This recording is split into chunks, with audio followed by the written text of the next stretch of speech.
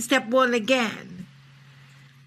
And then step 4, ask, what is it that I can personally do to help?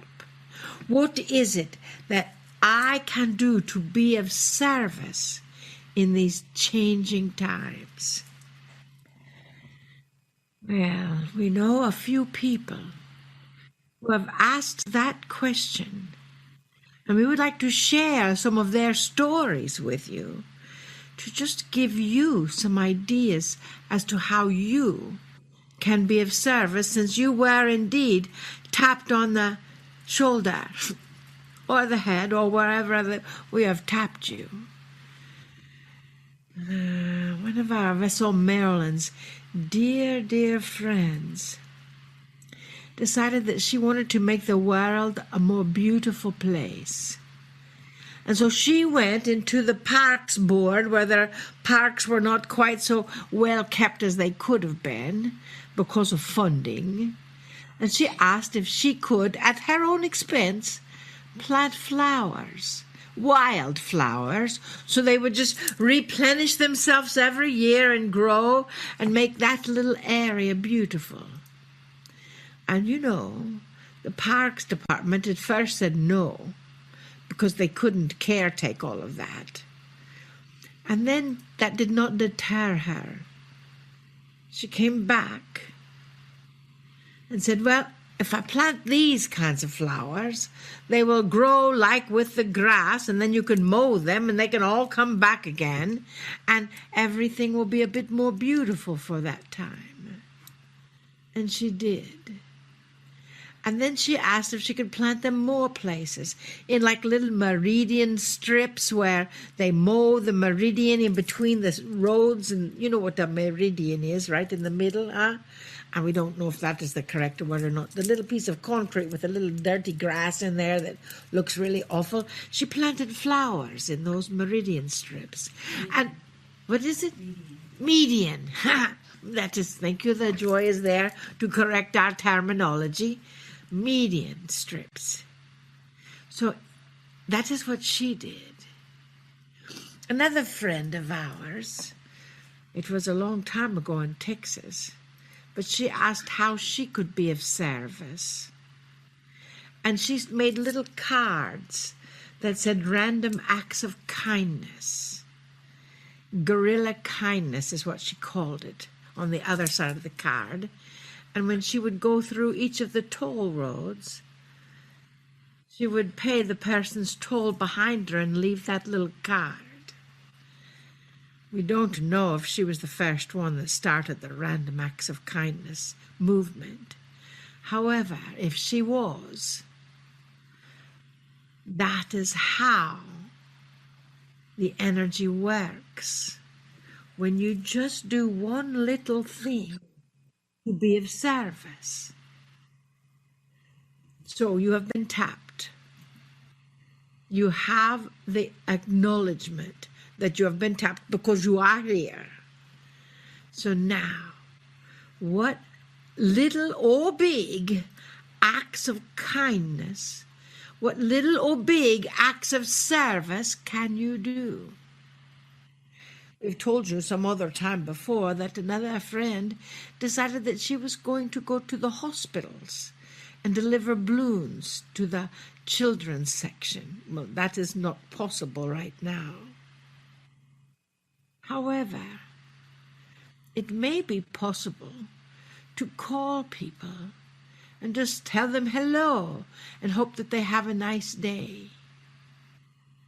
It may be possible to think of all of the individuals in your life who have inspired you to be who you are, and just sit down in your spare time, and we know you have some, and write them a little thank you note.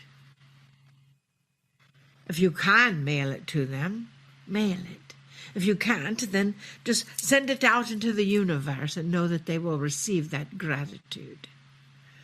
But you see, when you tell someone else thank you for helping me through this time of trouble, or thank you for being who you are, or thank you, Lee, for helping this and that part of the universe, or whatever.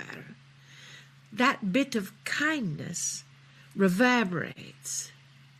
It reverberates out. And that is a small thing that you can do that becomes much larger. What would the world be like if everyone were sending thank you notes for their assistance? Real notes, not emails, with a stamp. It supports the post office, which is important. You see, absolutely everything that you do can be of service to yourself and someone else. Absolutely every little thing can expand into something larger. Someone had an idea to put a big garden in a place that was just a field. That was the first person that developed the community garden. And then people that don't have gardening places can come and grow things for their family to eat, or that they can share. That was just one person's idea. What is your idea? You hear someone saying, I've got thousands of ideas. Well, write them down and send them out, and maybe someone else will do some of them. We hear someone else saying, I don't have any ideas. Well, look around. Maybe you can start a recycling area in your neighborhood. There was a woman who was 96 years old that gathered up the little penny power or some little advertising newspaper and actually delivered them to each of her neighbors so she could say hello and just tell them to have a nice day. In her neighborhood, which was just 2 blocks long, 1 block long, but what that did was that opened their hearts for the moment. You see, even that simple act of walking around to your neighbor and saying hello can effectively shift the consciousness of this planet because it reverberates out. Dearest beings of light, you are the next evolutionary step. You know this. Your innate is expanding. Your abilities are growing. You are seeing multidimensionally. That is why the selenite swords turn invisible while you are working with them, maybe. We do not know. But you see, that energy is moving forward and reverberating within you to clear out anything that is not necessary, to cleanse anything in your ability to cleanse that no longer serves your highest good or your highest joy, and then activates that joy within you. When that joy is activated, what happens when you allow your own innate, your own intuition to help you find that one thing that can make a difference, that one aspect that can show you who you are and what this place in your world presents. Oh, dearest beings of light, you have the power to shift the consciousness of this planet, and all of the people on this planet right now are sort of breathing heavily, looking to what's next, looking to what's happened. Do they wear a mask? Do they not wear a mask? Do they wear their shirt over their body or do they not? Do they cover their head in a sack or do they not? Do they stay in their house or do they not? So let us all help all people feel safe and wonderful. Step 1, breathe. Step 2, repeat step 1. Step 3, repeat step 1 again. And then ask, step 4, what is it that you can do? You know you are unique unto yourself. There's no one else like you on this planet.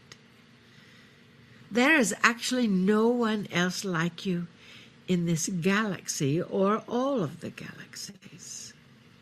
That is how unique you are. Do you know that? Well, now you know. So what is it that you bring to the table that you can proactively do? Maybe it is gather a little meditation group and teach meditation. Maybe it is just gather a little group and talk. Anything is possible. Breathe into it and ask. You see, we ask you to be proactive with your life. These are not the times to sit back and allow life to pass. These are the times to say, what is it that I choose to create in this world? How can I possibly be the love that I am? How can I be of service in my little world in the way I can help? Those are the questions we ask you to ask yourself. We know Dr. Amber and the dear Michelle and the Joy and Mahulili and the other presenters have all asked that question. And of course, Lee Carroll have all asked that question. How can I be of service? And they are living their service now. How are you living your service?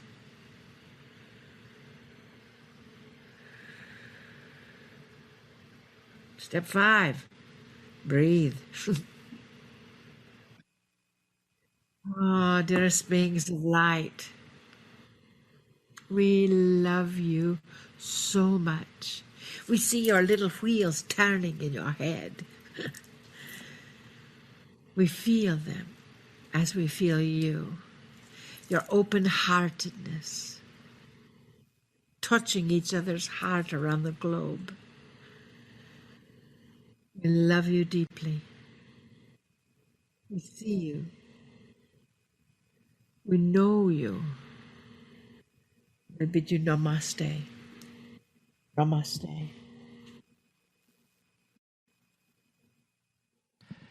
Greetings, dear ones. I'm Kryon of Magnetic Service. This is channel 2 of 4. The subject, the love machine. Sounds exotic, does it not? It means something else. We've told you that almost everything that you hear, that is channeled, that is written, that is even scriptural, often contains with it other information. Sometimes it's metaphoric. Sometimes it's energetic, given in that which we call the third language. So you will feel things that are beyond that which is spoken. In review, we told you about the formation of the planet. We told you what the love machine means. It means something else. Love is the creator. The machine is the process of the creation of the human being. A machine was selected because you understand that. A three-dimensional object that has a purpose. A machine does not exist to be a machine. It makes something. It does something. There's moving parts, moving together with intention to create something. This is the subject.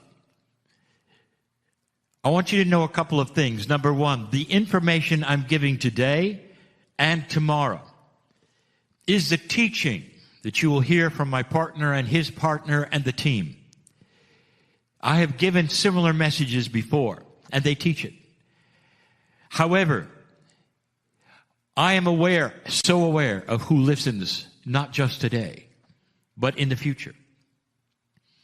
And those who would listen, who would have never listened to my partner or his partner or the team, so that everything I might say is completely and totally new to them. So to some of you, it may sound like a review. To some of you, it's simply added information, but to many of you, it is new. For many, it is eye-rolling, and that is to say that nothing I'm going to tell you is in any of your systems. But so much of what I'm going to tell you, both today and tomorrow, is known. It is known intuitively. It is known at the cellular level. It's baked into your DNA. The indigenous of the planet will be the ones who will reveal some of these truths, because they are the ones who were here when so much of these things took place before the organizations of spiritual thought had to make it into doctrines. And so you turn to your indigenous for basic truth and core knowledge. And I will say that many times. In the first channel, we left off after talking about that which is the creation of the planet, the fact that life started late, and why. It had to.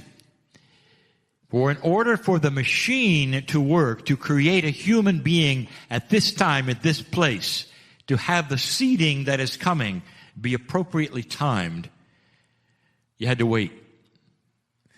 And some will say, well, what were you waiting for? And why was this to be? The machine of the creation of the humanity that is here is part of a plan. And the plan was that before you, in this galaxy of yours, was a great deal of life. We've discussed that in the first channel. Go back for an explanation of how that might have happened, or why that would have happened, or how natural it is that it did.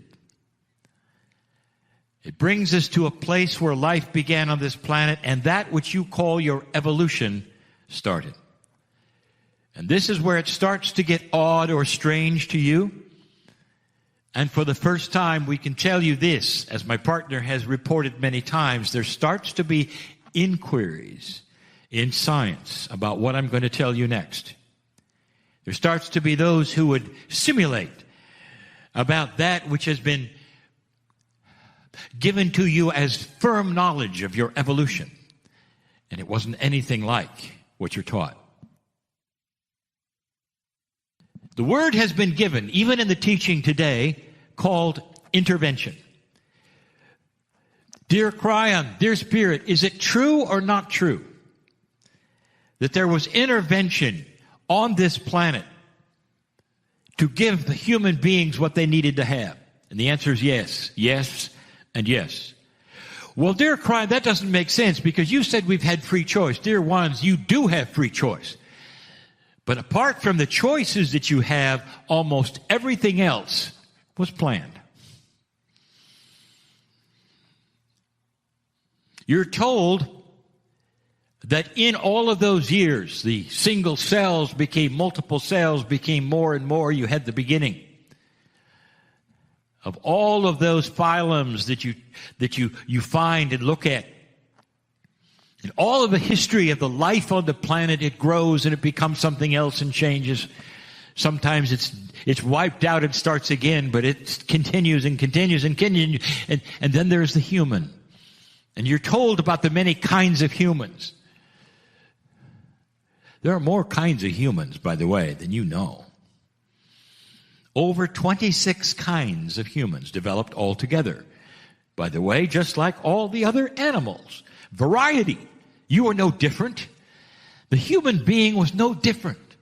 Nature works as nature works, except in one way and one kind of human. The kind that you see in front of you now is the only kind. Does that make sense to any of you? Does it appear that intervention might have occurred when all of the other animals have multiple varieties, whether it is the mammals, it is the ones below them, whether it's the birds, whether it's even the plants? Life creates variety, but there's only one kind of human. That all changed about 100,000 years ago, and there's evidence of it. Why would that be, do you think? There was intervention. The main intervention I want to talk about to you right now is what my partner teaches it. He'll teach it tomorrow. If you've only then tuned into this message, this will be something you haven't heard before. Fact, it is impossible for the human being to have developed in the small amount of time you had in the evolution scale of Earth. Impossible.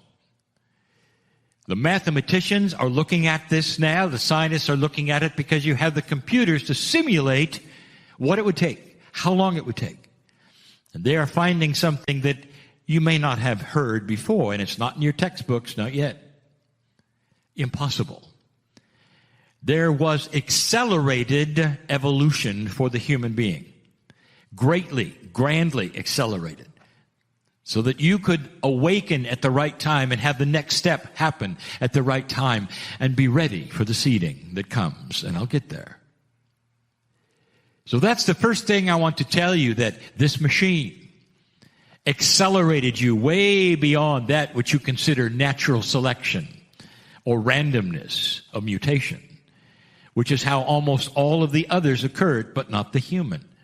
You will see, not too long from now, others start to report this. Impossible, they will say. And they're right. There had to be something else going on. Intervention. Where does the intervention come from? It's the love machine. The creator of all things, including all the physics and the chemistry that exists in the universe, created you. You don't have a soul yet in this scenario, but you will. It's coming. So let's back up a moment. While this is all going on, what is happening in the rest of the galaxy? And the answer is this: life. Life like yours. Life that was destined to have souls like yours. The souls come from the same place yours does, from the Creator. The grand love that has gone into that love machine that creates humanity went into theirs as well. We have given you the information in the last channel of the odds and all of the things that my partner teaches. This galaxy teems with life, and much of it is far, far older than yours because of the delay of life on this planet I talked about in the last channel. Therefore, you are the new kids on the block, if you want to say that. Therefore, you are the newest kind of life, which has the soul elements of a human being. Those soul elements of a human being are the same elements of so much of life on other planets. So I want you to use that which is your logic for a moment. If indeed this is so, that means that other planets had free choice. And some of them make the same choice you just did when you passed the marker of 2012. How long ago was that? Hundreds of thousands, years, perhaps even up to 1 million or more.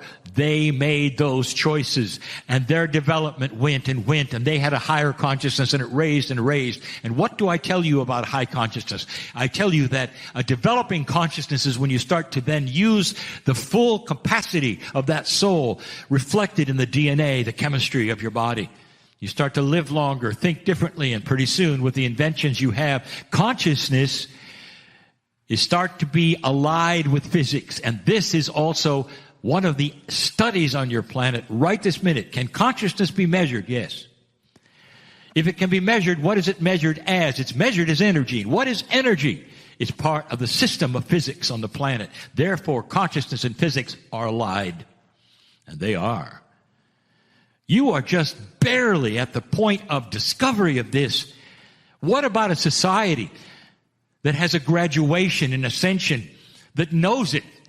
What about a society that allies so much with the physics of that which is your galaxy, with the universe, that they don't need any of that which you think you need to travel in that which you call space? Through the physics of entanglement and more, they came to this planet on schedule. And they came here for a reason. You had several planets come here, dear ones, but the main one from the Seven Sisters, appropriately named for the women shaman, the mothers, that came to this planet approximately 200,000 years ago. And they saw in front of them a human that looks just like you with 24 chromosomes. And through a period of thousands of years, you got 23. What happened? Your science will tell you. Your test kit's called 23andMe. Why is that? Why is it when everything in the universe and physics and chemistry is based for you have 23 chromosomes? And the answer I've given you many times, you have 24. Only 23 are human. What I'm going to tell you next, you will roll your eyes. You are all from somewhere else. You did not derive from the biology on this planet. It only came so far before the star mothers came and changed that DNA which was yours. And then it began. This is the Adam and Eve story, dear ones. This is what you read in your scripture, dear ones. Angels came down and give you that which is the free choice of light and dark and the tree of knowledge and all of those things which were metaphors. But what it truly means is that those from somewhere else who were blessed beyond that which even angels would have, which were masters all, which had that which was DNA working at such a high level that you couldn't tell the difference between them and an angel, came to this planet, not only giving you their DNA, dear ones, but also the teaching from the stars, the teaching from the Creator. And it began. The story of Lemuria echoed all over the earth. There were many places where they taught. This is the story of the beginning, where you were given not only the tree of knowledge of light and dark, but were taught the difference. Taught the difference. And then released for free choice. Free choice, completely. I have told you this before, and you have to understand this. Humanity was so new. That's when you got your soul. You had no soul as the Creator creates souls until that place and time, and you got it from those who brought it from an ascended planet. They would appear like angels to you. Do you question that? Do you question that this planet might have an ascended consciousness ally with the soul, the higher self, to a degree where someday you won't recognize what a human is? That is the potential, and was for their planet as well, but they had a big head start on you. They came and changed your DNA. Ask science, what happened? How'd you go from 24 to 23? What's below you that has 23? Nothing. Oh, there's so much more to this story. So much more. You were taught, the few of you, and the main thing you were taught is that which differentiates the sacredness from the non-sacred. Free choice was given you totally to make the decision even after you were taught. Let me ask you this. When you teach your children the truth, do they do it? Or do they experiment a little? When you teach your children what works and what does not work, why then would they go and do what doesn't work? And the answer is they're not mature. And neither was humanity. There is always a time in the development of humanism or any of the other planets where they get souls and they make mistakes. After Lemuria sunk and was done, and the dispersion began of civilization, the real work began about 15,000 years ago. Dear ones, that is a drop in the bucket. You are so new. And like children, making all the mistakes, going for low consciousness decisions, doing it over and over, no maturity. And in that scenario, there was a time set. Many places where you could have made the decisions, and many civilizations I'm going to tell you about in the next channel. Or you get to a place until finally there is a marker. If you don't make it by then, you probably won't. And you might say, well, where did that come from? That came from civilization after civilization on other planets. How long does it take? And this, dear ones, is where there was no acceleration. This is you. This is humanity with free choice deciding, are you going to make it or not? Are you going to go to low consciousness, or is there going to be hope that you will develop into something better or new? I'm going to give you some information. You're not going to understand it. You passed 2012, and everything changed. That was the marker. And they sang about it. Other planets sang about it. You're on your way, and you don't even know it. You're in the middle of something called COVID. I'll tell you, that's on purpose. So you'd stop in your tracks for a little while and look at one another and realize you're all in that same place. This will pass, dear ones. But you needed about a year to take off time, to understand who you are, where you're going, what's next. And in that process, the consciousness starts to change what you want. You start talking to each other in ways you never did before. You're on your way. This has happened before on other planets. When those from the stars got there, they also did many other things. Dear ones, they are in charge of the physics in your planet. You might say, well, why is that? Because they know how. Because they have an allowance to do so, and the grid's changed. And the nodes and the nulls were implanted so that in case you made it, they would start releasing. And that's intervention. You are going to have things pushed at you in order for you to change. And one of them was called COVID. That's where you are today. Don't you think it's interesting? You live all your lives, and you never had anything like this, did you? Not really. This is not the plague, dear ones. It's not even close. This is something else.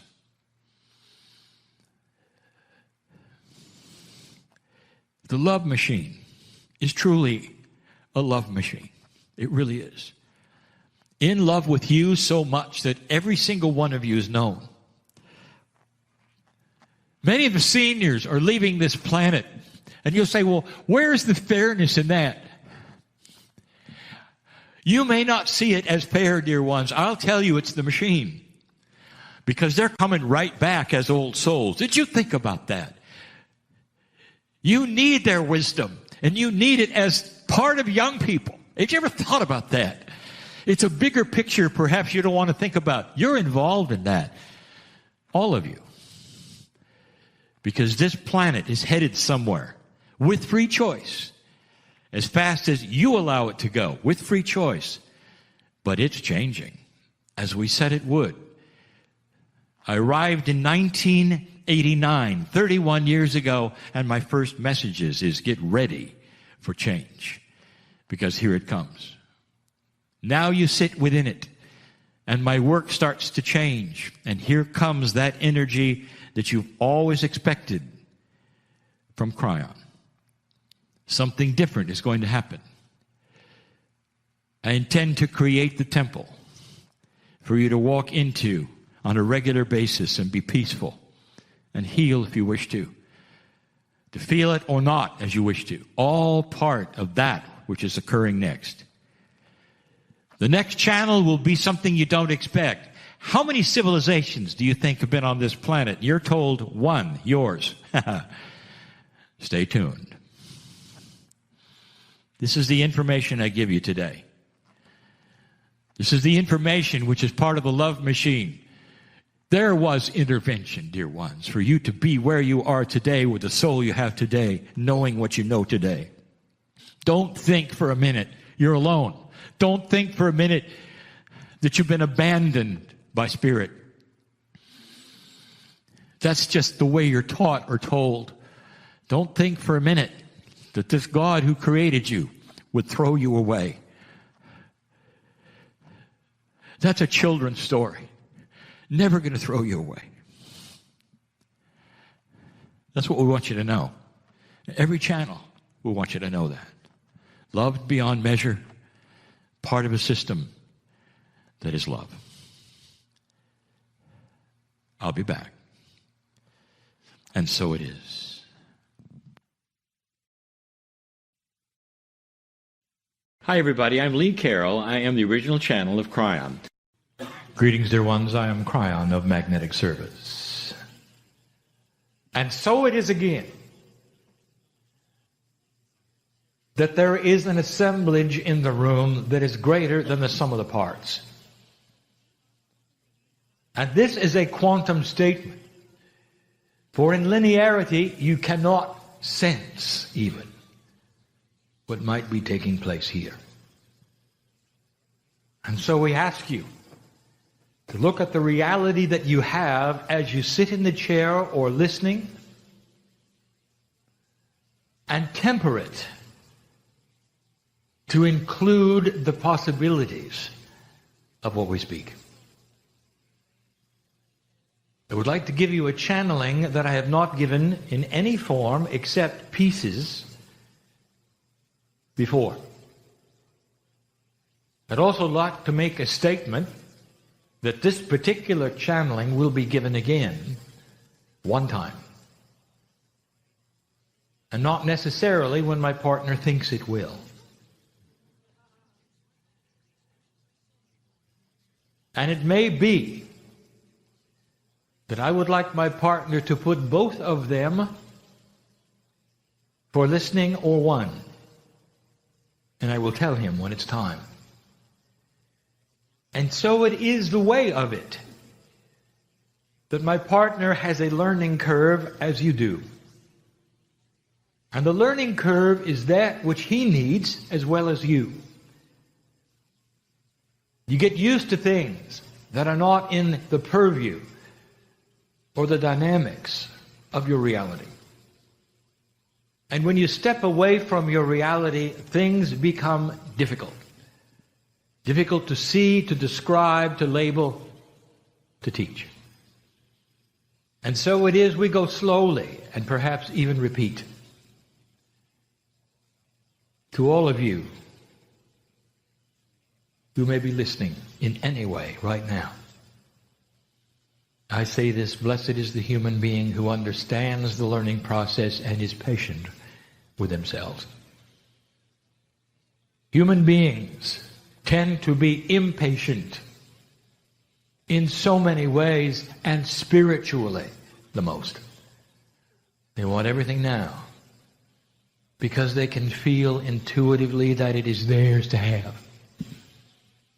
Do not be discouraged with the process when it does not achieve itself all at once. That is the first instruction of the day. I want to talk about the future. As Kryon, I speak to you with the potentials of what might be. But these particular potentials are manifesting themselves quicker than not. And so I give you these things in the light of what we see, the energies that are out there, and the things that are happening in the dark that you cannot yet see that we do. Not in a dark place, but in the dark, meaning they are not yet public. We are seeing a future for you that is far different than perhaps even you would imagine is there. So let us start with the premise. We have discussed it before. It is an entirely different channeling, a different teaching. Humanity is new. The age of the universe, this universe, the one you are in, even your galaxy, is enormous compared to all of the numbers that you would consider as appropriate for life. Billions of years. Your galaxy has been here. Many revolutions, maybe even up to 16, and some of you will know what I mean, of the stars around the center. When the galaxy was coalesced to the point where it is now and will stay for a long time. And during that time, life occurred all over the galaxy. And we have told you this before. There are civilizations that are millions of years old. The one that seeded you, over 1 million. And you just started. The new kid on the block, you might say. Life tried 5 times to start itself on this planet, and only the 5th time did it succeed. That's cellular life. It's only been literally in the last flash of time that human civilization has occurred in that which we would call a seeded state of enlightenment. That is to say, that those from the stars came and did their work to start you on a path that changed your DNA, and here you are. And it wasn't even 200,000 years ago. And it took another 100,000 for that to be complete. And so here you are, brand new. And yet you have gone through 5 cycles already of what we would call conscious awareness. And this being the 5th one brought me to Earth. 21 years ago, I showed up and I said things have changed. There's a shift going on, and I want to tell you about it because the potential, dear one, that you are going to move through this shift. And you have. You already have. There is no question that you have. Well, right now, even before that magic time of 21 December 2012, we see you have. And there is absolutely no doubt that you are passing this marker. And so we bring you the information of what might be next. And we try to dispel those things that we are hearing, even from those who are very enlightened. You move into a state of graduation. Some have called planetary ascension. What will it be like? Now, if you ask those who seeded you, they went through the same thing. And so they can tell you what it's like. And they can also tell you the process is longer than you want. But it begins, and you start to see generationally the changes that are going to occur, and I am going to list some of the attributes that will and will not potentially take place. A planet in ascension, passing the marker,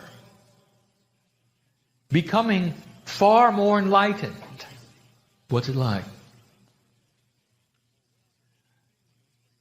And you might say, well, you're turning a page of human nature. You're going to have a spiritual population. No, you're not. Wait a minute, Kryon, it's a message where you're going to ascension status. There's going to be knowledge of past lives, of enlightenment. No, you're not. Not yet. If I had to title this particular message, it would be the recalibration of thought regarding the future. A perception of practicality for you to absorb and understand, because many of you are going to live this. And I don't want you to be disappointed. But I want you to see it when it starts to change. And I want you to understand what it means. Dear ones, there'll come a day when Earth will be everything you think it will be.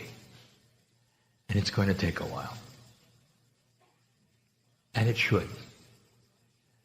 For generations will pick up those things that the other generations will leave. And slowly the children of the children of the children will see clearer than you. And the irony of all of this is you are the children of the children of the children. Because you're coming back. You wouldn't miss this. Old soul, listen. You've plodded through the old energy. And this is the marker that you always knew was the potential. And from here on out, it gets better. It gets better. And for those of you who say, I'm not coming back, I will tell you, when you get to the other side, you will change your mind. For it's not the same. And I'm going to expand on that. The first thing I want to give you is information about Akashic inheritance. There is an old energy system that DNA, even though your Akashic record is in it, does not come forward to give it to you, does it? You've got to have a reader tell you who you are, who you used to be. It hides. You may have shadows of it in dreams and visions, but you really don't know. What if that would change? The human being, I mentioned 2 times before, comes into the planet ignorant. Little tiny baby has to be taught everything from scratch. How many times have you learned to read? What's wrong with this picture? The animal on the plane, and I'll say it again, that plane which is what you would call... Careful, my partner, I want you to describe this correctly. Where nature does its work apart from men, you will watch the animals in their glory, instinctively giving birth to calves. When they hit the ground, they know who their enemies are. They know what plants not to eat. They know what poisoned water smells like, and they even know how to walk, and they'll do it within hours. Do you ever think about that? And where was that taught to them, dear ones?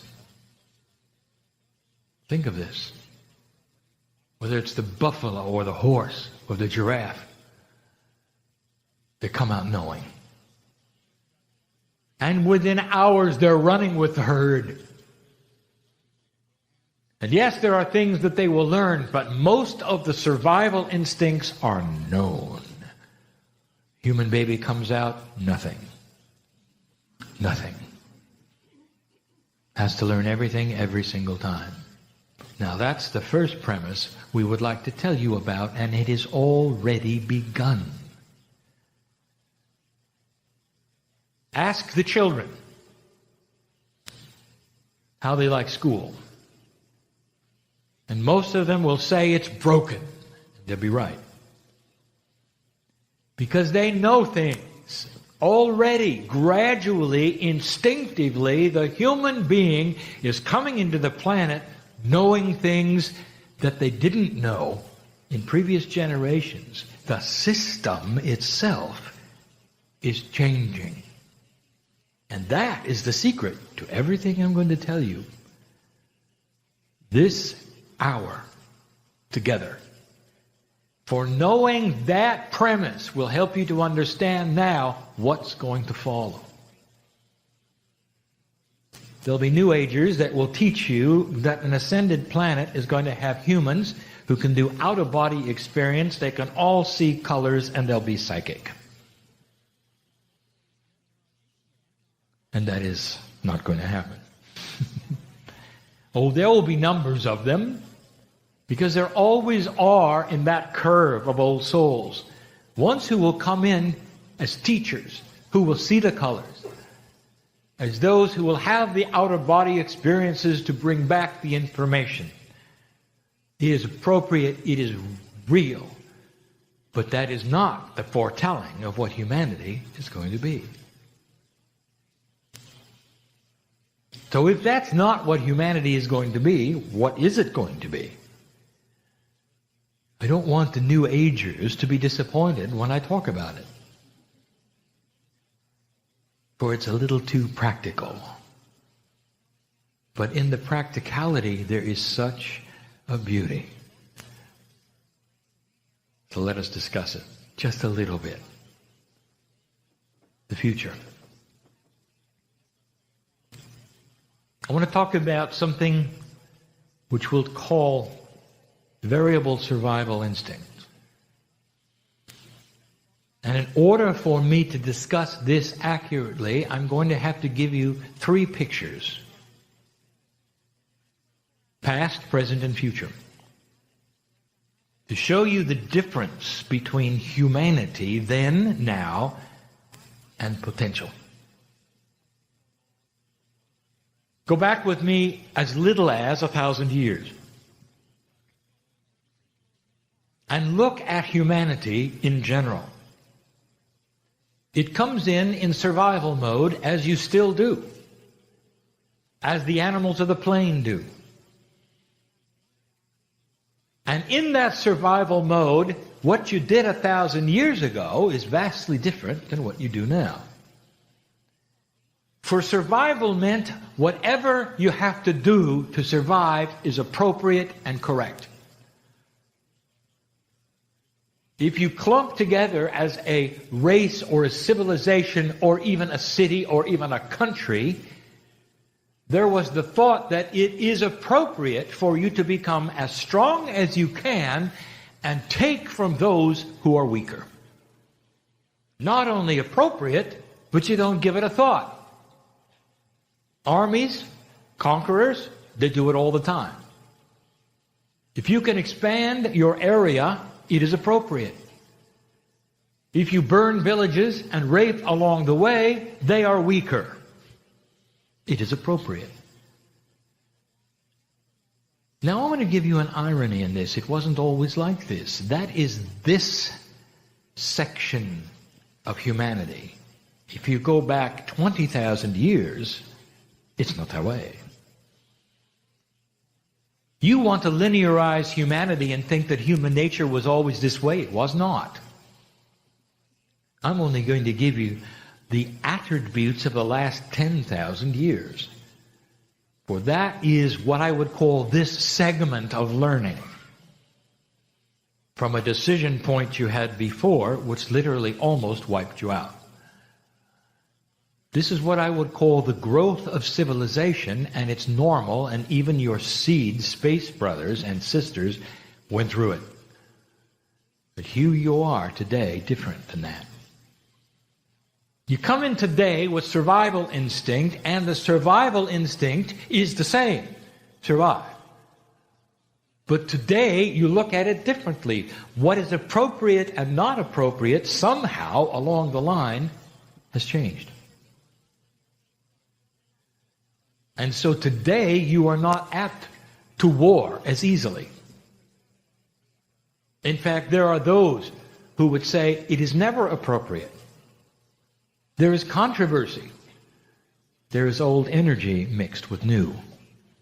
And you know it. As you look back 1,000 years, you would say that is barbaric. Now I ask you, is it the same humanity? It is. And as my partner has put on the screen, and he asks you, do you think human nature changed? It has. What is responsible, therefore, from that that was to that that is? And what is it that changed? There are those who would say, as humanity gets more crowded on the globe, they will be more in survival. You're going to have worse situations. One will take from the other just to survive. There's too many humans. And the opposite has occurred. Did you notice? That is counterintuitive, even to the sociologists. Something occurred. You reach a decision point, dear ones, right now on the planet. In this shift that you're going through, you're about ready to see permission to change yet again that which is your DNA. And here is then what the future will foretell. Within 2 generations, perhaps even 3, which is simply a very small amount of time for humanity. You're going to see human beings who come into the planet, a planet that, by the way, is not overcrowded, where war is never an option because here is their survival. They'll come in with this knowledge, total, an instinct that says, when we put things together and cooperate, we will survive. And so all, including the children, including the adults, will have lived long enough to know, out of the womb, that you solve the puzzles in a different way. And the concept is this, that if your neighbor does not have what you have, you will find a way to help your neighbor have it. Because that creates a confluence of energy and compassion that cannot be denied as an instinct that is survival of the human race. And you will look back on today and say, it was barbaric. Come a day, dear ones, where torture is not on the planet. Where human rights is seen as that which is so common just as you eat every day. Expected. Not demanded. Not a political agenda. But instinct. What is it that then changes? This is a planet that then starts to morph itself into what we would then call an ascended status. What is ascending is consciousness. You're not going to turn into light. That might be later. But not for a long time. Invention will be accelerated so that you will understand quantum energy, be able to measure it, see it in the human being. The revelations to come are enormous. More invention than you've ever had in all human history is going to happen in the next 100 years. When you discover the attributes of multidimensional measurements, inventions, you'll able to change mass, design massless objects, travel, communication, all of the things that put humanity together, and finally, even let you talk to those beyond. And all those stories and movies of the monsters that occur in ships will be gone. And you'll realize there aren't any. That they look like you. That so many are benevolent. And you see the compassion of God instead of the destruction and the horror that you've been told is out there or might be out there. Get ready for this, dear ones. This is the evolved human being. You will solve the problems that today you look at as unsolvable, and we mention it, and this is the 3rd time I will tell you, you will not have global crowding. And the reason is because you will have 0 population growth. I want you to take a look right now, for it's already started.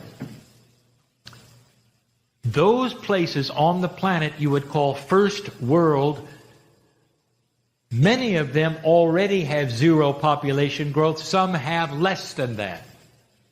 And this is going to be combined with what I'm going to tell you next, where you live longer. And you'll say that's impossible. For geometrically, one begats another, and there'll be too many people.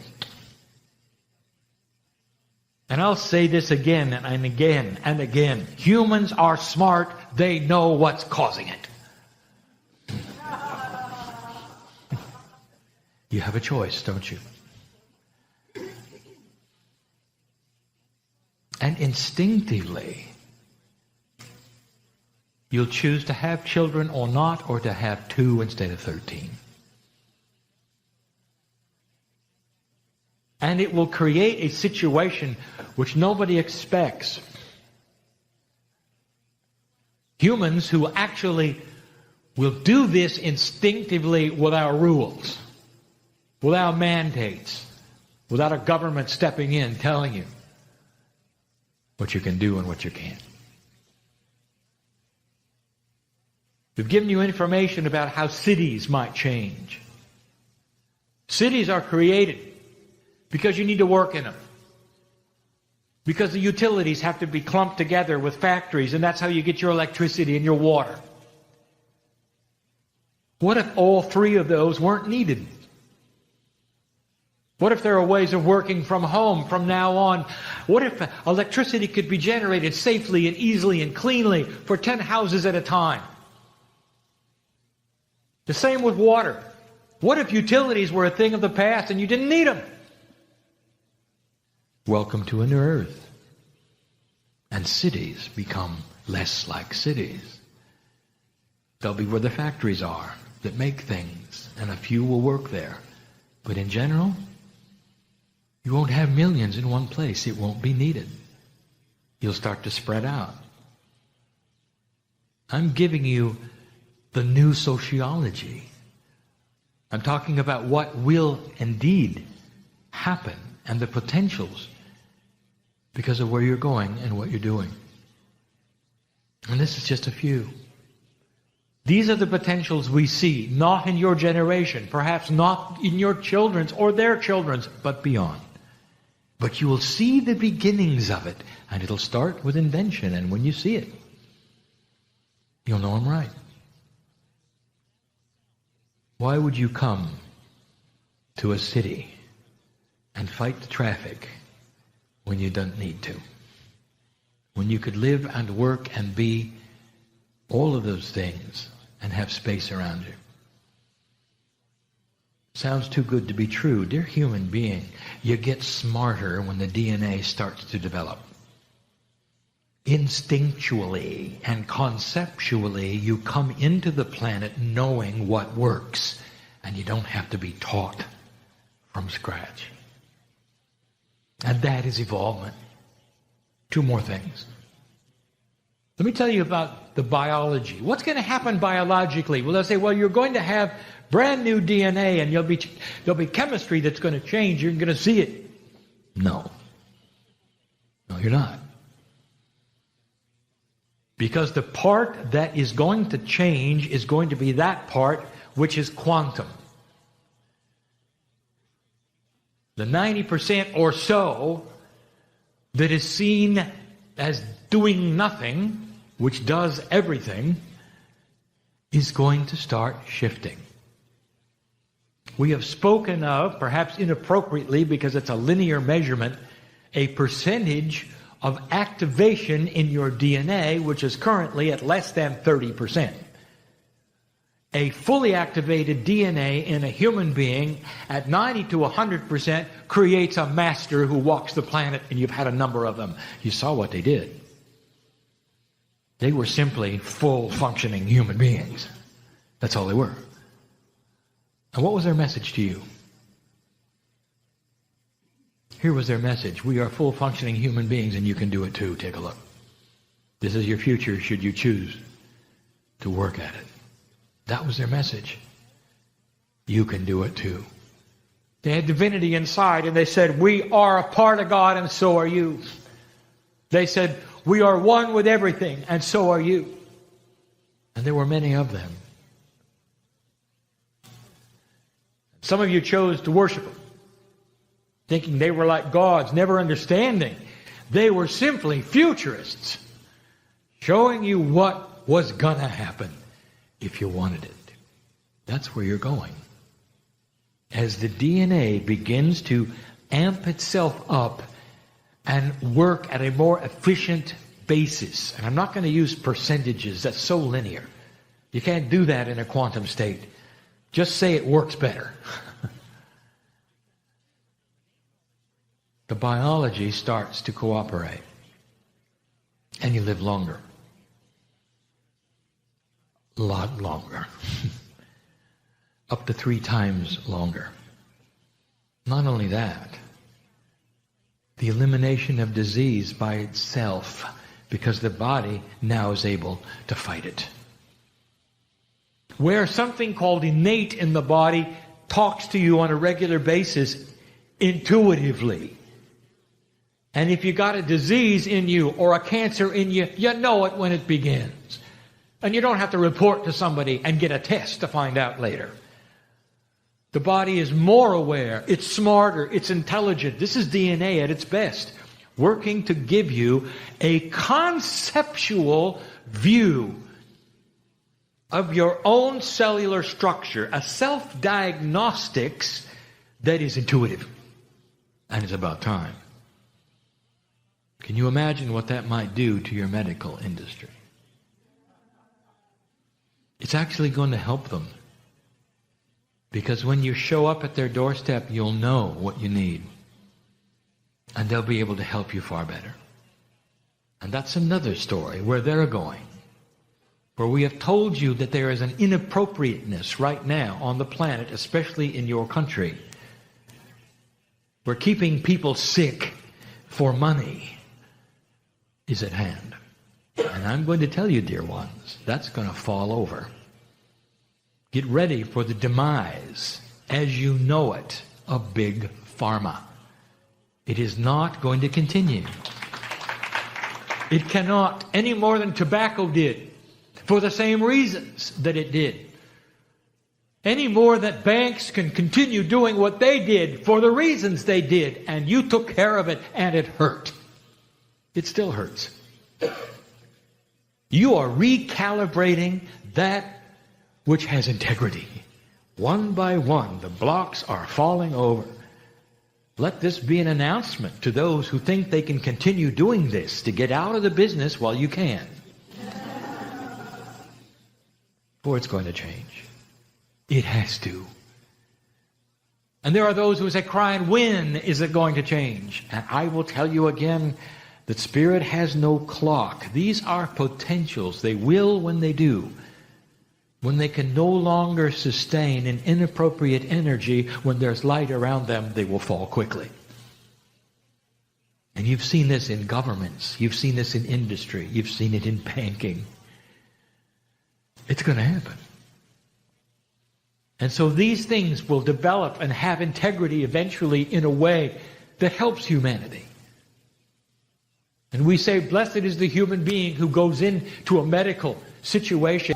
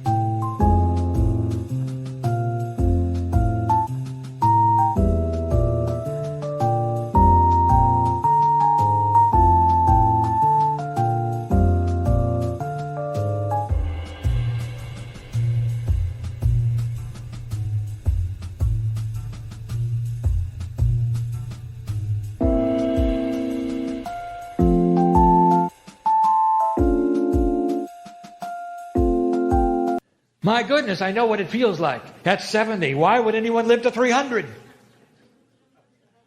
And we will say to you, how 3D of you. How would you like to feel like 35 until you're 298? And that is what is at hand, dear dear ones, that the body then rejuvenates itself much better than it does now. Can you conceive of this? Where the stem cell blueprints are picked up over and over, and you don't make a copy of a copy of a copy, you make the original over and over, and you last a long time. And you last fresh, young. This is what is possible. This is where it is eventually going. And there's potentials. Kryon, do you mean that's an absolute? No. Humanity is free choice. You can turn this around if you want to, but the steamroller is fired up and moving. It's hard to stop it. The ball of snow is rolling down the hill. It's hard to make it then smaller, if you get what I'm talking about. Finally, there's so much to talk about. There are those who are going to say, all right, how about the big one? What are we going to do about religion? There are those who would sit with a mindset of what you would call metaphysicians or New Agers who would say, well, it's all going to have to go away because they'll realize the truth. No, it won't. Why should something go away that has the seeds of a love of God? Why should it go away? For those who saw the Master in all his glory and wrote about him, are you going to throw that away? One of the only human beings on the planet known to have met with an angel face to face in a cave and had dialogue and instructions and became a prophet. You going to throw that away? No, let me tell you what's going to happen. With that which is being developed in your DNA, which is the same thing that's going to keep humans from warring, is also going to give them a different opinion of how they should look at various belief systems on the planet. And they will continue to have those organizations under certain names that you even know now, but there will be big differences.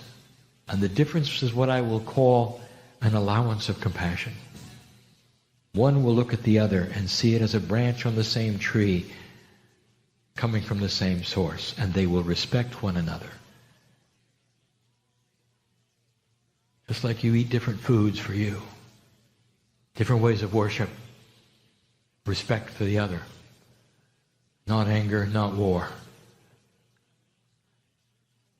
And that is what some of you won't expect either. And you're going to see the seeds of it. Sometime in your generation, you may even see the seeds of it. It starts to appear. A gentleness between belief systems. Do you really think you're going to have a planet where all of those thousands of years of teaching will simply vanish? It's not practical, is it? No. Instead, expect them to morph into something that is cooperative, that is beautiful. And the differences are celebrated instead of warring over them.